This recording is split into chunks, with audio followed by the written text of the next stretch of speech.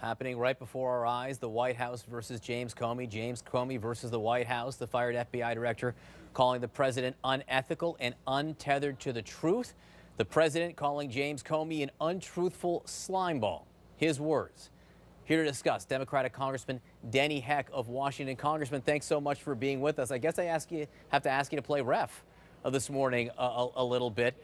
The president of the United States calls the fired FBI director an untruthful slimeball. Your reaction?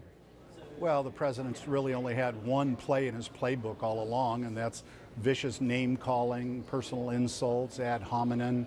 I don't think it's really worked that well for him, but I think we can all fully predict that that's exactly how he's going to respond to even the slightest of criticism.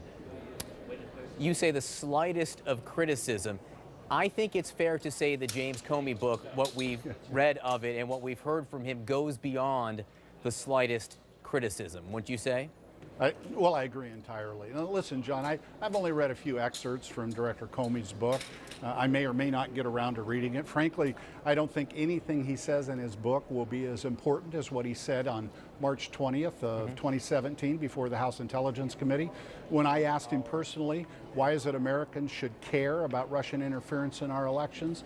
And he quite eloquently described how it is that America to the rest of the world is that shining city on the hill, and how it is that we have to stand for free, fair, open elections that are conducted with integrity and ruled by law, and that's what is at stake here, not just for America, but for all Western democracies. That's the most important thing Jim Comey's ever said.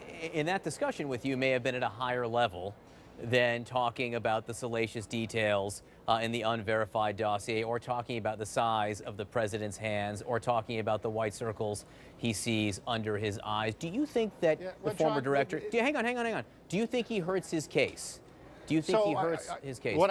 What I think, John, is it's unfair to judge a book you haven't read yet on the basis of a few granted salacious excerpts. We've read a lot of the excerpts now. I think the book should be evaluated in its entirety. Then evaluate James Comey for what he said in his own words this morning on Good Morning America when he was asked about the details of that tape, and he really went out of his way to say, you know what, maybe I do believe them.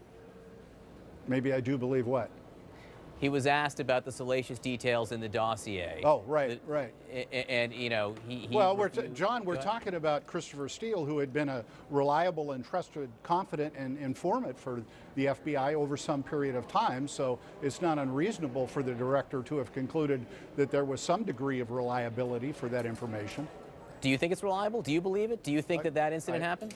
I have no basis for judging other than that which is available in open sources. Christopher Steele, taken as a whole, is a fairly reliable source of information. Whether or not in each and every detail it's accurate, that's not what an intelligent assessment is supposed to represent. All right, we've also learned, and this is separate but related certainly to all of this, that the White House has been preparing talking points to discredit Rod Rosenstein, the Deputy Attorney General of the United States, who is overseeing the Mueller investigation right now. What's your reaction to that? How real is the threat, do you think, that the president would fire Rosenstein? Well, the air is filled with that rumor in the nation's capital, let me tell you, John. And if, in fact, he fires Rod Rosenstein, and it proves out to be a predicate for either curtailing or firing Director Mueller himself, then, frankly, you can conclude it is nothing other than obstruction of justice. Obstruction of justice. You said last night to Don Lemon the president should resign. Do you think it's fair? Republicans are suggesting, look, if the Democrats take the House, it will lead to certain impeachment. Is that a fair assessment, given your statement last night? I'm not living in the world past November 6th, but let me of this year, John. But let me tell you this: those of us of a certain age remember what happened the last time sensitive tapes were revealed. You can trace the resignation of Dick Nixon to the exact moment in time in the hearing when it was revealed that there were tapes being kept in the White House.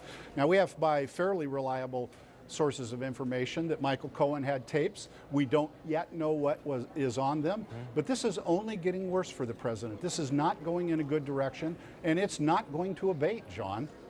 You say fairly reliable information. I left to let you go, but you're out of time. Do you have information beyond what we've all read in the media, being on the Intelligence Committee? Do you have independent information that Michael Cohen has tapes?